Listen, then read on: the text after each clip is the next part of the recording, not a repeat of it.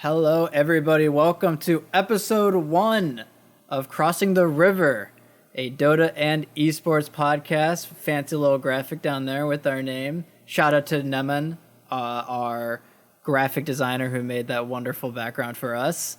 And our names. I am Brightside with my favorite co-caster and all-around favorite being Apon Zeus. Hello, Apon. How are you today? It's a pleasure being here with you, Brightside. I always love talking with you, and we're going to talk about some esports stuff, some Dota stuff. It's going to be a great time. Absolutely. So this podcast is kind of designed to be the C-Dub esports intro to content, I guess. This is kind of the first big piece that we're going to be doing. It's going to be a monthly podcast. Not really sponsored by C-Dub, but we're associated with C-Dub, so however you want to phrase it. C-Dub, for those of you that are tuning in, hopefully, first off, like and subscribe. Thank you. This will be on YouTube, Spotify, everywhere you can find your podcasts. It's a recent esports org coming into Dota, Age of Empires, soon to be Wild Rift, by the way, apparently. Ooh. I don't know much about the Wild Rift scene, but that is apparently in the works. I'm mostly focusing on the Dota side of things. So, recent news for the C-Dub Dota team: they took first place in the TD2L Weekend Pro Series. So they beat a bunch of teams you might have heard of. They beat the A and B team though in the finals. It was A and B Napkin. And I couldn't tell you who the other players are off the top of my head, but they got first place, $200, not too shabby. So you could say the C-Dub saw the dub. They did, yeah. This was the first tournament they've played with the new roster. For those of you that don't know, new roster is Double King Carry, Mark, position 2, Lewis, position 3, Afromoosh, position 4, and Sanctified, position 5. That'll be the roster going into DPC qualifiers as well in a couple months. So look forward to that. So moving on to our first big topic. We're going to start with not Dota stuff, but just gaming in general. Overwatch 2 has released. Technically, it's released. Some people haven't been able to play, but thoughts on new Overwatch 2, brand new game. Obviously, you mentioned it already. It's kind of the same game. What do you think about this? Yeah, so first of all, some server issues. Pretty much any new game that has servers, there are going to be server issues when it first comes out. It's just the nature of the beast when you have online play. Right now, I've been able to play it. Got a few rounds in, and so far, I've played the new hero, Kiriko, the new healer, and I feel like it's just very, very similar to Overwatch, where I can't really tell too many differences apart from the number of how many there are. Instead of 6, we're going to 5, which is a change, but how. You still just see many people on fighting each other. It's still just one big team fight thing. So overall, not really quite sure how to feel about it on my end. Yeah, I won't lie. I do tend to agree with you on that. We don't have very many. I guess that's the wrong way of saying it. To me, it feels like this same game, like you said. I haven't been able to play because every time I load in, I get into a queue. But that's neither here nor there. When I played the beta, I played a decent amount of the beta.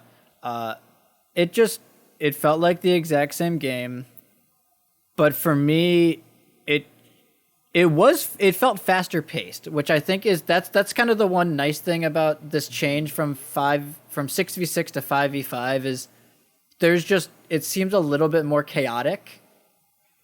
And for me, the other big thing going into this new release is that they're not role locking you anymore. I believe in competitive. So there's one other big thing. There is a battle pass that we'll talk about here in a second, but you're not defined by queuing tank role or tank DPS healer. I believe you can just play anything. Yeah, in competitive, there's still like role queue in unranked. If you are like, yo, I just want to play support or healer, such as myself, I pretty much only play support or healers. And so you can still just queue as that. I think it's kind of true that like most likely the games will be a little bit faster pace, which I'm not sure how good that is for this game. For me, the issue with Overwatch nearly always has been that it is very, very difficult to follow what is going on as a spectator. Like for me, I always think about it like, how do I, for an esports, think about this game as it wants to just it wants to appeal to an audience, it wants to be entertaining, it wants to have a storyline, and I just feel like you just see like 6, now 5 going against each other, and yeah, there are some big ultimates committed, but there's like a lot of very fast-paced stuff, which is hard to follow. Yeah, opinion. Absolutely. It's not the most spectator-friendly of esports, right? There's a lot going on. There's a lot of flanking, and it can be kind of hard to catch everything that's going into the game. So the other big thing about Overwatch 2 is that some of the new heroes, I believe Junker Queen and Kiriko, are locked behind a pay to buy battle pass. Is that correct?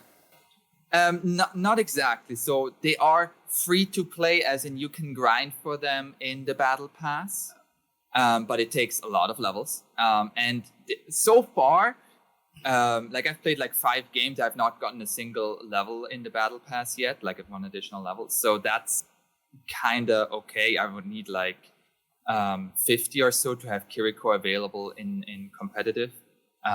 So it feels kind of odd, and it feels like, given that the game feels so similar to Overwatch and to the very few additions that have happened to it, in terms of like, there are some new heroes, which is cool. I like new heroes. I think that's very cool, but it's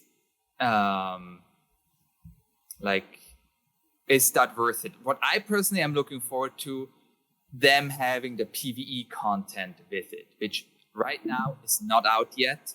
So I kind of want to see what's going on that front before I really make too big of a claim onto this game. Yeah, for me, and I'll just say this briefly, it does, the Overwatch 2 is free to play. So even if you didn't own Overwatch 1, you can play Overwatch 2.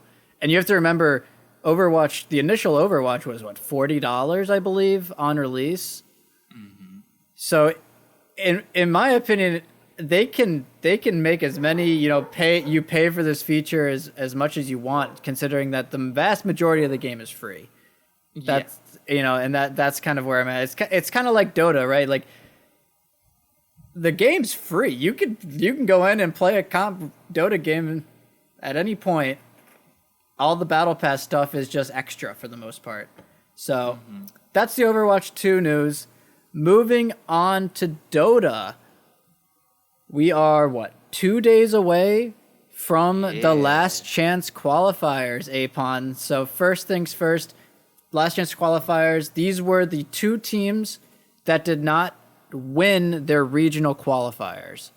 So the way the DPC was formatted this year, 12 teams automatically qualified to TI through DPC points, through majors and performing well in the DPC, and then the teams that didn't make her were in the regional qualifiers. And I believe everybody was invited to that based off of the DPC results, correct? Yes, that is correct. And so, even if you got 8th place in Division 2, you are still in it. So all of the DPC teams got to participate, as well as, or Happy Seals, now C-Dub, got to perform. We lost, but anyway. It was an old roster. It was the old roster, exactly. Come copium over here. And so now all of those teams were in the regional qualifier, and the winner of those automatically went to TI. Mm-hmm. The 2 teams, the 2nd and 3rd place teams from each qualifier, got invited to the Last Chance Qualifier, which will be starting on October 8th, 2 days from now. All of those teams are on site in Singapore. Yes. They are on site in Singapore, and whoever, like only the top 2 teams out of those 12 will get into TI, which in my opinion makes this one of the most fun events to watch that is like new for TI. Like we've had different other events before. We had like wildcard events, such as like a TI6 and TI5, where there were like 4 teams that were facing up against each other, that were just like 2 teams advancing. But that was like 2 teams advancing out of 4 teams. That's a little bit of a bloodfest. But you have 12 teams competing for 2 spots. Like this is pretty much Hunger Games right there. And what I'm personally looking forward to is like how much production and quality will go into that last chance qualifier, because that can be some of the most hyped games.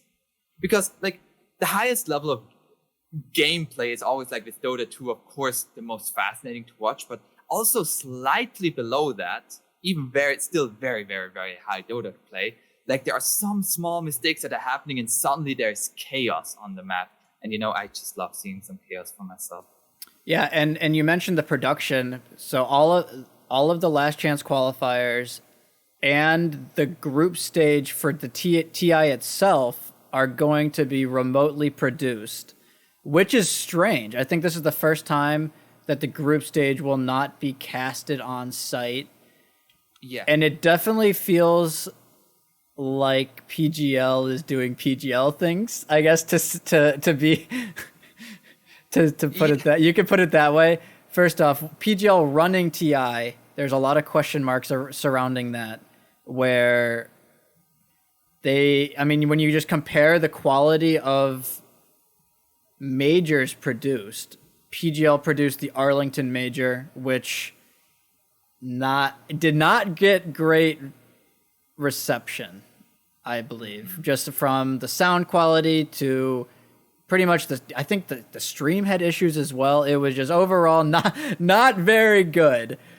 And I believe the other majors and then ESL Malaysia were just significantly better. So the decision for PGL to be hosting it was already kind of weird. And then you tack that on top of, now they're making this. Some may say they're trying to save money by, I think they're in Norway. They're remotely producing the English production in Norway. But I believe some of the casters are at home. Yes. So the way that I understood, so like most of this is based off of tweets, as well as like talking to some talent that some talents have given like their own thoughts onto it. Is the way that I understood it is that the last chance qualifier will be cast from casters in their own home, and the panel will be in Norway. Now, I feel like it's like important to note here that how it was done in previous TIs was that like we had like 4 streams going, and all 4 streams had like a different casting pair.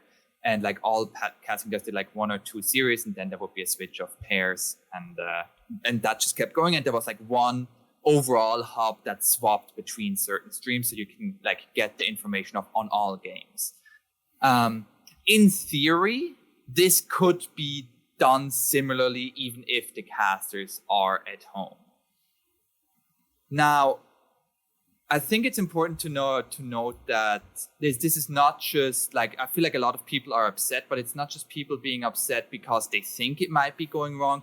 It is that we already saw the regional qualifiers having been hosted by PGL, with most talent, I believe all talent, casting from their own home, and multiple technical difficulties coming up, such as suddenly one caster wasn't heard, the stream completely stopped. It was lagging very, very badly on stream in terms of like what you see in the Dota. So like there are definitely concerns there, and I kind of wonder how they are going to be addressing these concerns from the regional qualifiers now to the last chance qualifiers. Yeah, and to me I share those exact same concerns. And I get worried about all of these steps that Valve is kind of, because it was always that Valve TI was Valve's thing. It was nobody could associate. Valve produced it. Valve, they put up all the money. They hired talent, and they did everything. And now this year, I don't recall what they did last year, but now they're saying, okay, PGL, you take the lead. We'll associate with you. But PGL's taking control of everything in an event that Valve, it always seemed like this was Valve's, baby to an extent. And it feels like they're almost throwing it to the wolves. And for, as a Dota fan, it's very concerning, right? To be kind of witnessing this, you tack that on top of the betting sponsor and everything else that is going on with this. There's just a lot of negative vibes that are going out. I understand that. I want to share a little bit of a different light on it, because I always feel like it's very easy to be pessimistic. It's very, very easy to be pessimistic. I always want to be positive. I try to be an optimist. Sometimes struggling at that, but looking at what has happened, there are some things for me that are still looking like there might be things to improve, maybe not specifically for this TI, but what I'm thinking about is, so maybe Valve did try, as you said, they're going to give everything to PGL. How is that going to go? I feel like Valve is very much a company that is we're going to try something out, and then we see the data on it, and then we make changes. And in order to try something out, you will have to see it all the way through. Meanwhile, we have seen, for example, with the stickers for the talents and their voice lines, there was very big uproar about the gambling aspect of it, that you can't just buy the voice line of a specific talent. It was you had to buy, I think, you had to buy 1,000 to guarantee that you got the voice line that you wanted for of a specific caster. And that was pretty big deal, I feel like, around in the Dota circles. And Valve changed that one within 2 days or so, 1 or 2 days. And so for me, that kind of shows that Valve is still paying attention. That's number one thing for me that is showing me is that, as well as that they are aware when the community is upset. So they must also know about how the community is upset about this PGL thing, about the betting sponsor, about the casting being made from being remote for group stage, as well as the last chance qualifiers. And so my thought is right now they might be really trying this out with, we're going to see it through with PGL managing it. And afterwards, we most likely will have to make changes, but they're not going to make changes right now, because now it's too late. You can't make changes. You can't make changes to that production anymore. That's just not possible. Or not big changes, I should say. Of course, small changes can still happen, but you cannot suddenly change flying in all the casters to Singapore for the last chance qualifiers. That's not feasible. Even with 3 weeks time, I feel like that would be very, very tough. So how do you feel about that, that aspect of it, that it might not be as bad for the future of Dota? I kind of agree. So the stickers were a big problem. That was ridiculous. The way the numbers worked out, I think Kyle wrote it out perfectly. It was you had a 1 in 1,000 chance of getting a specific voice line that you wanted. And especially because of if you don't want to support the Russian casters or anything to go with that, it was really tough to even want to buy stickers. So to me, the move feels the community was really mad, but it felt like nobody was going to buy the stickers if they didn't do this. There was that much uproar around it, and so I think Valve, maybe you're right. Maybe Valve is responding positively, you know what, this was a bad idea. Sorry, we fixed it. We'll be better next time. If that's actually what it is, then I am super happy. But to me, it feels like they're this idea that we had to make more money isn't going how we wanted it to go. So we're going to make it so the Dota community's happy and they'll give us their money. And maybe that's I see what you mean. I feel like it's always important to remember that, like, I feel like I see a lot of the outroar that is about it. I see it either on Twitter or on the Dota 2 subreddit. Like, that is where, like, most of that you will see. And I think it's important to remember that those are very small groups of the Dota community. Because, like, for example, like, there was Effie's voice line available for $50, and apparently it sold for $50, and Valve gets a cut of that sell even better than it during if it was bought as a capsule, because it was done during the Steam like with the Steam marketplace. So it feels like that was profitable for them, but it wasn't okay with the community, because like there are a ton of whales for Dota, and like they are supporting the scene. And they are the ones who would be able and are making these purchases. And if they are really going with the numbers, I don't think that changing it back to the like the method that we have now, where you can buy specific voice lines, is necessarily that much more money. Does that make sense? Yeah, and I get that's fair. And maybe it's just me being this negative Nelly. You know, Valve is always the bad guy here. Yeah, XYZ.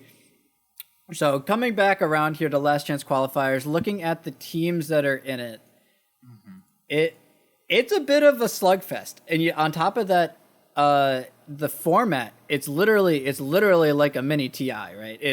There's going to be a group stage into a playoff stage. Top 2 teams come out and are going to TI.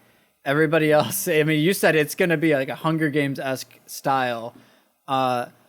Looking at the teams, and you can let me know if you agree here, it really feels there's like 3 teams that have this high percentage of coming out. You know, you say what you want. We're NA based, wildcard announced. I just don't see it. And so I'm like, okay, well, T1 winner announced. Oh no. I'm just looking. It's like Virtus Pro were half a point from qualifying directly to TI. They have to be in discussion for being, a favorite in this. And then I feel like Extreme Gaming were just the 4th best team in China, and they were taking games off of, the top teams that got, directly invited as well. So it's just like, I have Extreme and Virtus Pro moving on. What do you think? I don't think it's gonna be as clear. Mostly because like we had regional qualifiers, and now we had quite a bit of a break. All of those teams have had boot camps. They've been training, and you never quite know how that training went. Like before TI8, OG was last place. Just saying. At TI5, CDEC came from a wild card and made it to 2nd place at TI after having boot camp and all of that. So, for example, like I'm also just gonna say it feels tough to speculate because they're from all over the world, like all of the different regions combined, and we don't know how the new style, like the new patch, is really all gonna mesh with each other, because every region has kind of their own style. How is South America going against like CIS? How is Southeast Asia against North America? Like in South America, Hokori got 1st place in the regional qualifiers. They were 8th in Division 1 during the actual season. Yeah, that's true. Yeah. So there's a lot of upset that can be happening here, and that is what I'm going to be looking for. Like, what's going to be the upset team? And look, Neff, if you're watching this, for you, buddy, Nouns is going to be the upset team. They're going to be the winner right here. Quote me. If Nouns goes to TI, we can send everybody this clip right here, and I said it. And I will just say, I'm just really excited to see how, specifically, I guess the NA teams, but it kind of goes across the board, to see how they fare against these quote unquote bigger teams. Mm-hmm. Most people know the names from Nouns. They might not know the wildcard players, but this is really going to be the first time that we see these teams on an international stage. And obviously it's not the TI teams, but it's a lot of damn good teams. So I'm very, very excited to see if they can actually produce results, because that's kind of been the purpose of the DPC almost, right? Is to get these wild cards, to get these nouns, to get these tempests, to continually improve them, and eventually maybe they'll actually be able to like break into the scene, right?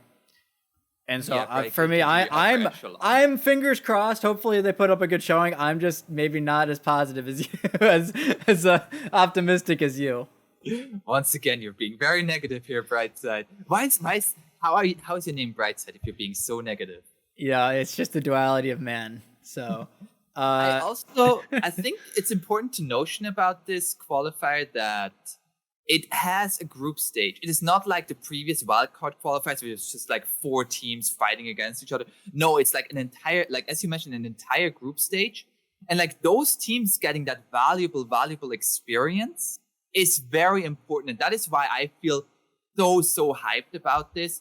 And I really wished, even if it was not flying all casters to Singapore, if they just had like a hub of bringing all casters of many tier 2 casters together, as it now seems kind of likely, for this last chance qualifiers, because it feels then even more of like not only a celebration of tier 1 teams, tier 1 talent, but like also the tier 1.5 teams and tier 1.5 casters. Like there are many new casters coming to this TI, Snare, T-Panda, all of them coming in, suddenly showing their new voices to the scene, and it's fantastic.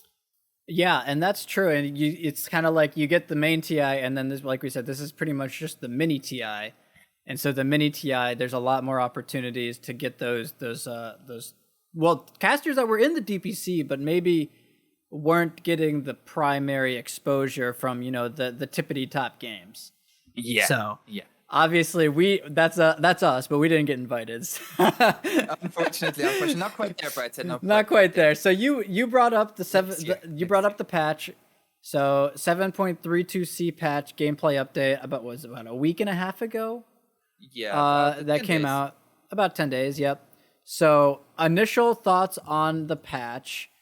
I guess the big change is that they nerfed refresher pretty hard. I'd say was the big one. Mm-hmm. You can no longer share the cooldown, or you can no longer triple refresh, I guess is the big thing. And then you need to keep the refresher orb in your inventory for it to actually tick down. So I'm personally really excited for this patch. They nerfed all of the heroes that I felt like needed to be nerfed.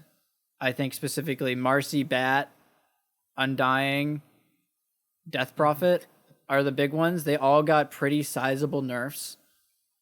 And so like you mentioned, we're not too sure what teams are going to be doing on this patch, but what were your thoughts about it overall? Yeah, I feel like it's quite an interesting patch. Overall, I feel like the 7.32, like overall that patch has been very fun for me. I feel like there's like at my level, everything is viable, but even more so, it feels like everything is like viable with a good, like, and it feels good to play. There is a lot of, like, you can make a lot of plays and there are good counter plays available for you, which I feel like is always, that's like for me, the hallmark of a good patch. Like, for example, when there was like the Sven axe where you flew and dispelled, what do you do against that as a support? You're just dead. Yeah, that patch was awful. You had to buy a blink dagger, otherwise you were instantly dead. That was not fun. But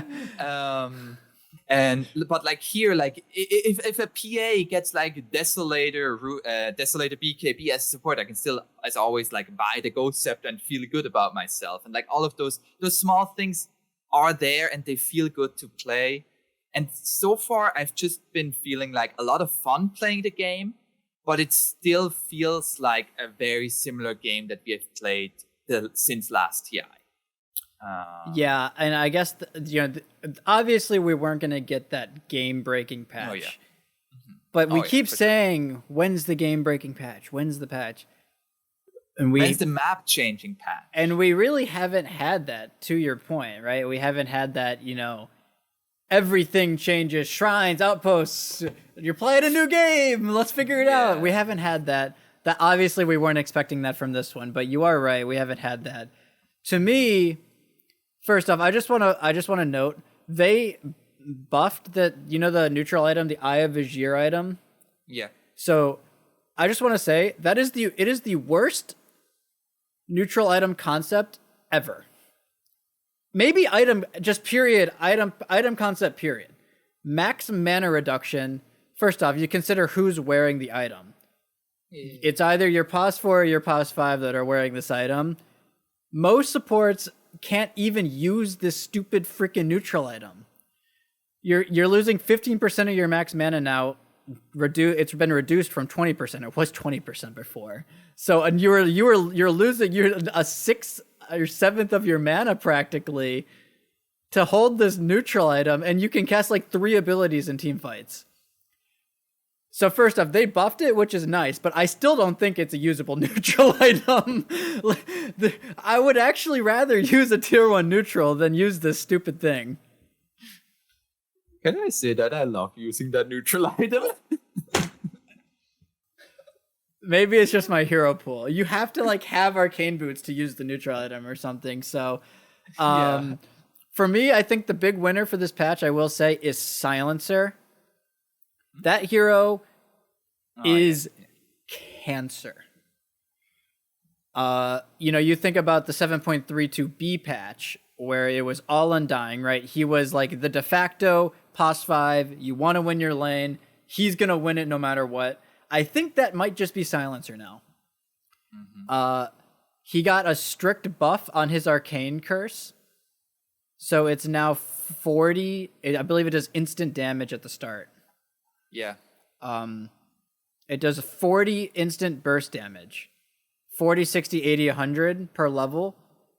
His laning is mega AIDS now. It just I think he was already maybe a sleeper hero, but now he's just the de facto lane winner. And I think the other hero is Bounty Hunter. I don't know how much you've played of him, but I feel like he's been getting buffed for about like 7 straight patches. Yeah. He has like 8 starting armor, and he now got another 3 base damage. And what's big for him is that, you get a base damage buff, but he has a built-in crit on top of that with Janata. It obviously bodes well for that hero. So, unfortunately, any patch that Silencer and Bounty are meta, I don't know if I'm going to be playing. So those are my thoughts on the patch. Can I ask you a question as like the much smarter Dota player here? Sure. The new spell in Shadow Demon Disseminate, I feel like that sounds so good. I have not seen a Shadow Demon. I think it's just a worse Fatal Bonds though. Isn't that like the thing? Is it like it's like spread damage to the Fatal Bonds and Disseminate? Maybe. I mean, the problem is just that the game is very laning oriented, and Shadow Demon sucks at laning. So it's a bit difficult. Specifically, if Silencer comes in a meta, playing these save supports is awful. It's just nightmare fuel. So I do agree. I believe they change it. It bypasses damage block or something now. Yeah. So if you disseminate a target and you deal physical damage to them, the heroes that it spreads to, you can't block that damage or something. I believe is how it works. But I don't know if the hero is going to be particularly viable. I don't know. But that's the patch. Those are kind of the big thoughts from us. Moving into here, we are going to do a quick run through of our TI predictions, Apon. We've been waiting. The predictions are finally out. That must mean we're really close to TI after all. So first question first. Okay. Whoever gets more points, what can we do here? What can we do here between us two here, Brad said? Maybe the loser has to get a haircut. No, maybe we'll have to do some sort of Dota playing challenge, like sock on hands, or you have to play a Dota game with socks on your hands. That would be very funny, actually. I know I stole that from our friend Ka. Oh. That's his stream. That's his thing. But it is fun. We could actually do it that it has to be while we're playing together. Oh, so Lord. it actually kind of creeps both of them. It would be funny though. I feel like as the winner though, you're not really benefiting from the experience then. So we'll brainstorm that. Next brainstorm. episode we'll figure it out. Yeah, next episode we won't have the exact results yet. So we went over a little bit of the last chance prediction. So what is your actual prediction here? So unfortunately, I'm an NA guy. I couldn't get it. I couldn't do it. I didn't predict NA. Sorry. I'm sorry, Neff, if you listen. So I have Extreme Gaming and Virtus Pro. Moving on. Mm-hmm. And it sounds like you have Nouns +1. Yes, I have Nouns. They will be winning. There's no question about it. And, Extreme Gaming does look really good. They are looking pretty strong. And they have the name value too. I think that's worth pointing out for Extreme. Yeah, I feel like many people might not have heard of the team name, but who do they have on their team? I mean, they have. So I'm sure you've heard of almost everybody on their team. Old 11, he's been around. Paparazzi, he's been around. PYW, POS 4 player. I think he's known for his Earth Spirit. He's been around for ages. DY has also been around. And I think Lou is also a notable name. I feel like it's been a staple in like the Chinese tier 2 scene for a long time. But I think he had did he change his name? Maybe not. Okay, maybe I'm completely capping. Mm-hmm. Okay, I am probably capping. But that's their roster. They got 4 veterans plus Lou, who is this up and coming god gamer apparently. So it is taking Extreme is very tempting. It is. And so I have them, but like once again, like we already talked a little bit to death here, but like there are so many teams. Like there's a T1 with Thompson and Anna. Yeah. There is like Team Liquid, Team Liquid, Team Secret, as you mentioned, Virtus Pro, Infamous, my SA boys. We'll see. It's going to be a slugfest, like you said. So moving on here. Unfortunately, I couldn't clear this. I did put some initial thoughts in, so bear with us. You'll have to manage. So most picked hero, Apon. We did talk briefly about the patch. I thought Silencer and Bounty are the big winners. Who do you have as your most picked hero? Yeah, for most pick hero, I feel like it's always important it is not the most broken hero, because that hero is usually going to get banned quite a lot. It is a hero that is really good, but not quite ban worthy yet. So I'm currently between 2 heroes. Okay. One hero, he's always pretty much at TI Earthshaker. It's just Earthshaker. Yep, I do agree with that one. And who's the other? Elder Titan, a sleeper pick. Elder Titan. I do think that hero might actually be decent too. So I personally I have Shaker already shown on the screen. I think I'm keeping that. To me, he's probably just the best POS 4 right now, except maybe Marcy. But Marcy, I feel like got some pretty tough nerfs as a support. Her rebound specifically. So normally when you play POS 4, I guess any role, Marcy, you're going 1-1-4, right? But the level 1 rebound is now 27 seconds, I think. It's brutal. So they made the hero a lot tougher to play as a support. So I feel like she's going to go down on the priority list. I agree with you. Earthshaker, lock it in. So most banned. So I had Undying on here from the last patch. Yeah. I'm actually going to change that to the hero I think is going to be most broken, to the Silencer.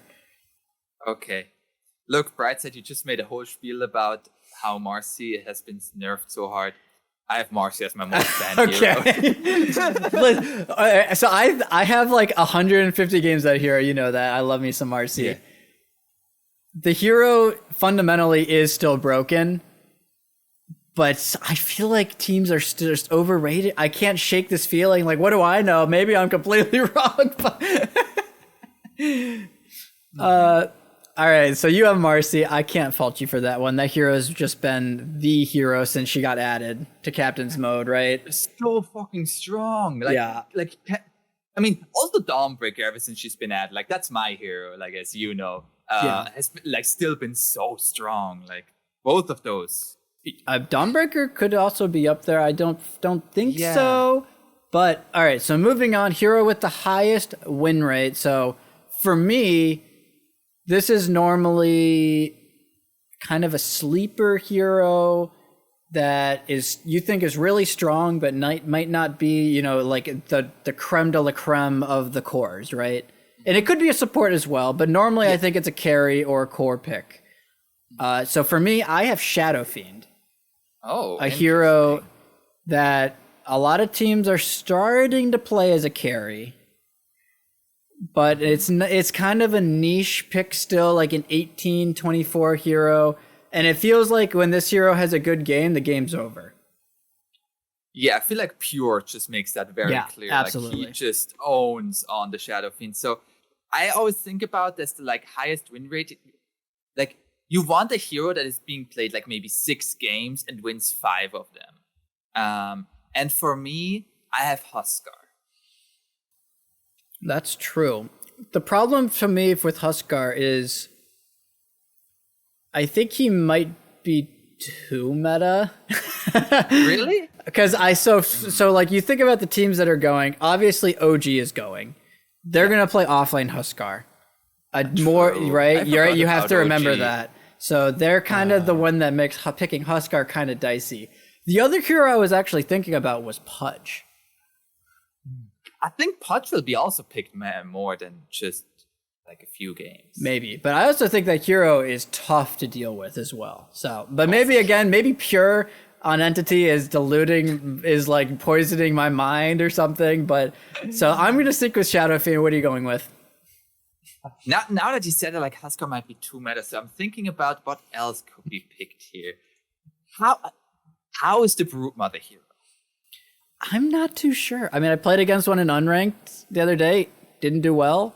I know Monkeys Forever has been playing a lot of offlane Brood. Mm-hmm. I don't know. The hero is very greedy. And it's very easy to punish Brood in the early laning stage. Specifically when laning is very important right now. So it's a bit tough to me to put Brood. Mm-hmm. Okay. You gotta risk it for the biscuit. I'm gonna go with Broodmother. Okay. All right. Respect. It's a very unconventional pick there. Very unconventional. Okay, I respect that. So, hero with the highest kill average. To me, this is always these, super fast farmers. Cores almost always, I feel like, right? And they get super farm super fast with super high damage, and they just pwn with their item timing. So, for me, the hero that embodies that's in a pretty decent spot is Sven. Oh. So you get, Sven's a hero, you get 3 or 4 items, you get your Blink, you get your BKB, and you just go to town. Mm-hmm. That's my big one. There's some other options, I feel like. What are you thinking? Zeus. That's true. Like, So I'm gonna spoil this a little bit, but I have Zeus for both highest kill average and highest assist average. Yeah, so I'm gonna get either of the two. Yeah, I'm gonna change that right now. We can kind of clump those in together. Yeah. So Zeus to me is the assist god, but it feels like obviously the ulti is like the kill secure specialty in Dota, but it doesn't feel like. Maybe I feel like the hero isn't involved enough, maybe, to get all of the kills in a game. Like, he's not very mobile. Like, I guess he is mobile, but he's not very fast around the map.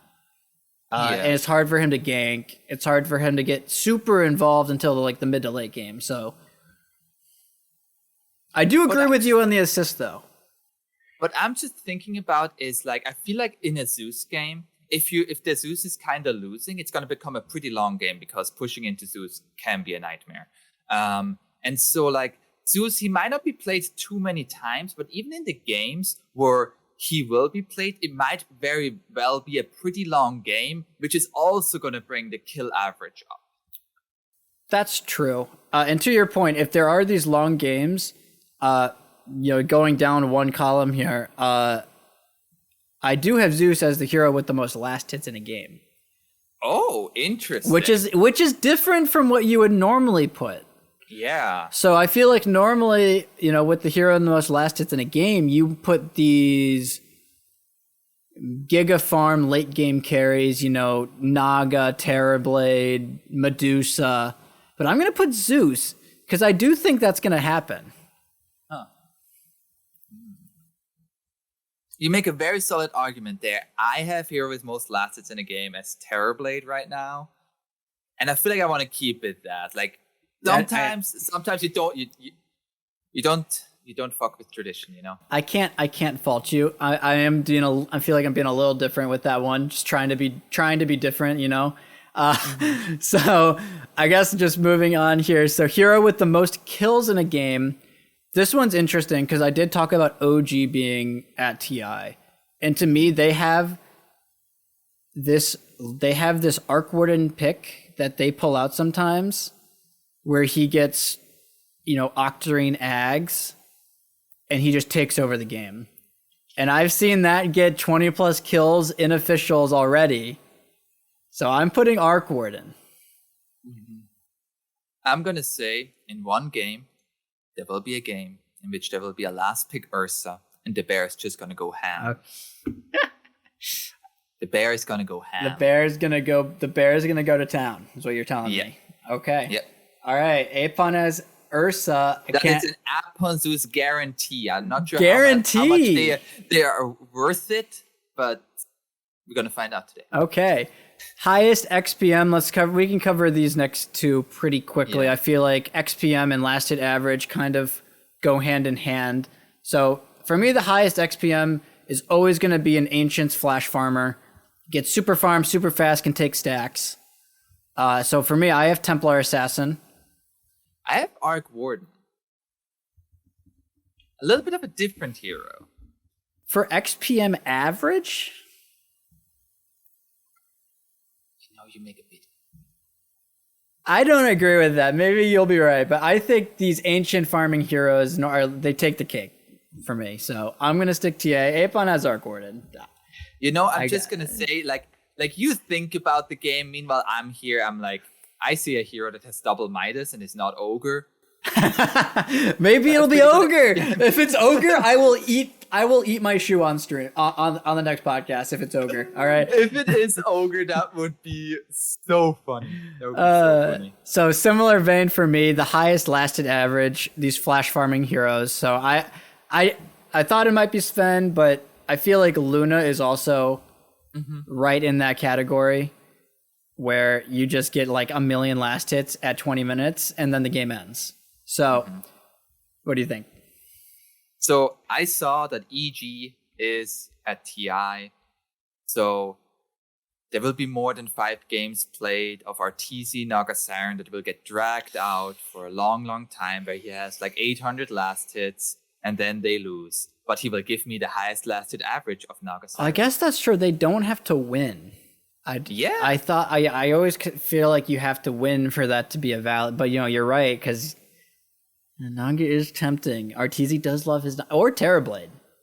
Yeah, like it's like for me, I was thinking between Naga Siren and Terrorblade, and that's why I have. I'm putting Terrorblade. You've convinced me. All right. Okay. Very quickly, then, before we move on, I have Huskar as my lowest death average, because I feel like in the games that the hero is picked, he has a save with him. It's a great Huskar game most of the time. And then you get first or second Aegis, and then the game ends. Mm-hmm. So not a lot of opportunity to die, I feel like. You just told me that Huskar is going to come kind of into the meta, which is why I have here Lifestealer, which I feel like is not really in the meta. But if you get a good Lifestealer game, that hero just doesn't die.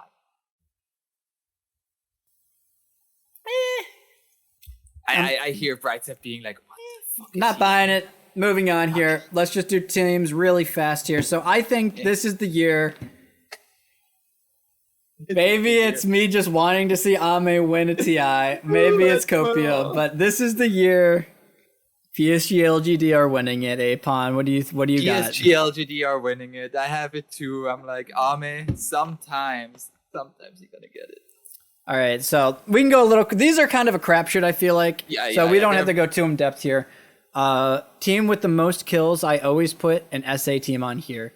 I put Beast Coast because they go ham. Mm-hmm. I go with Thunder Awaken because Dark Mago, when he plays the mid lane, he like just ganks and he ganks with his Mars and just gets killed all over the map. And they might not win, but they're gonna get a lot of kills. SA baby, I see we're in the same vein. Highest kill average. I didn't do an SA team. I actually thought about it, but I did put Tundra. Because they play a very quick style. It can, normally they do at least with 3/3s hero pool. So maybe. I imagine you have an SA team. Yeah, there I have Beast Coast. Okay. Like Beast Coast also likes to go ham. Yep. So fewest deaths in a game. Normally, I feel like this is just the best teams have this one. So I put LGD. They're gonna have a clean game. They've got the Chinese buff. The discipline. I'm gonna say there's gonna be like 1 or 2 games during group stage in which Entity just gets like all of their comfort picks and none of them ever dies. Okay, I can see that as well. And then these ones are kind of a crapshoot. You can just list one. Most assists in a game, I put Bet Boom. I have Beast Coast. Beast Coast. Team with the longest game is Fnatic for me. I have EG. Okay, see that one is also fair. I think both those teams like to draw their games out. Yeah. Shortest game, I put Tundra again. Though I could very see Entity. I might change it to Entity. I have LGD. They're gonna outdraft in a game, and they're just gonna end it at like 14 minutes where the enemy team just realizes we have nothing to do here. That's true. Okay. Highest game length average. If only Eternal Envy was in this TI, that would be a freebie. Sure. But I have Thunder Awaken. I don't like why I put them. I'm gonna put TSM because I feel like they always play these mid-game drafts. Mm-hmm. I also have Thunder Awaken, and I'm not gonna change it. You're not? I'm okay. Well, I guess I'm just a beta or something. I'm a cop out. Yeah. Team with the most different heroes. I have OG. Same. OG. Yep, I feel like that one's pretty easy. And maybe we're wrong, but we'll go down together. And then team with the fewest different heroes. This one's very interesting. I have Aster. Oh. You got to go with the memes. Evil genius. Oh my gosh, he's full of copium. All right. And so we can do the players very quickly. I actually haven't done the players. I haven't done the players either. So this might take a little bit more. So what kind are we thinking of? We'll do them faster. We'll try and do them a little faster. Yeah. So highest kill average is normally a mid to me that plays these flashy ganking heroes. So, I think it could just be Dark Mago. I won't lie. Nothing to say? You think nothing to say? That one's fair. Like he loves to play a fucking mean tinker. But at the same time, I do think it could very well be Pakaz because of the way that team plays. Yeah, Pakaz is like such a sleeper player. I feel like he's he's not as sleeper as he was, but because he had the play. Yeah, at the major he popped off, but yeah. So I'm gonna put Pakaz. I'm gonna go with nothing to say. Okay, player with the most kills in a single game. So single game here. I'm putting nothing to say because there's gonna be a game where he picks Tinker and just eviscerates the competition. Yeah, we've seen True Sight. We're gonna that SFM was really good. Yeah, absolutely. 1 second. I'm gonna need a second here. Most kills in a game. 3/3 is gonna pop off on one of his signature heroes. Okay. Lowest death average. This one's normally a carry, just from past years because of the way that carry is. So I'm gonna. There's so many good carries at this TI. It's crazy. But I'm gonna put Tomato. Tomato? Oh, damn, going with the North American blood. Yeah, Toro. He has good spicy senses. Good spicy senses. All right, highest assist average. This is either going to be some mid that's playing Zeus, or maybe it's a 5. It's probably either a 4 or 5 or more likely, in my opinion. So I'm going to put Jin Q. The old reliable. Can't go too wrong with him, I feel like. Average. It's the average. 1 second here. I have to think about this one. Moon Meander. I like. Oh, okay. Yeah, Moon Meander. Okay. Yeah. Player with the most assists in one game. Yeah, in one game. I'm not too sure. This is I feel like this is the very similar thing, right? You think what's gonna have the most assists in a game, like Zeus or something? Who's playing Zeus? I might put nothing to say again. Okay, I'm gonna put Fishman. He's gonna get a Chen game where he's just involved in nearly every kill. He has such good map movements. I can't fault you too much. I am gonna put Arteezy for the highest lasted average. Yeah, it's where is he? Does it not? The hell? It's he's the Chinese killers. That's right. Yeah. I think I'm putting Arteezy for both. Actually, let's go. I'm full copium. Full copium. Okay. Highest lasted in a game. There's going to be a game in which Prakash just refused to let his team lose, and he just keeps on farming on Terrorblade or something like that. All right, and then most GPM in a game. This is going to be probably whoever picks out carry, probably, but I don't know how good the hero is. So that's I feel like Arteezy likes his Alchemist. He does like his Alchemist, but I can't put Arteezy 3 times in a row. I just can't do it. I can't. So you can put Arteezy. I think I'm going to put Yatoro. Yatoro? You can't go too wrong with the TI champs. Actually, okay, yeah. I'm going to put Diraccio. Really? Okay. I haven't thought about that team at all, but yeah, Game and Gladiators. Highest GPM average. So for me, that is just like a team that like goes to the grand final through the winner bracket. So for me, this is probably for both of these, or for this one, I'm going to put Ame. Yeah, same. Also, what is it with the Chinese players? And they have this they have the frizziest hair in their pictures. Do you notice that? Like their hair is, it looks like it's something out of a manga or something. Player that plays the most different heroes. I'm going to copy it from last year. Yatoro is going to do it again. Oh, Yatoro. You had Yatoro in there? You saw that? You saw it coming? I didn't have him last year, but I think he was the winner of it last year. Yeah, so. He was.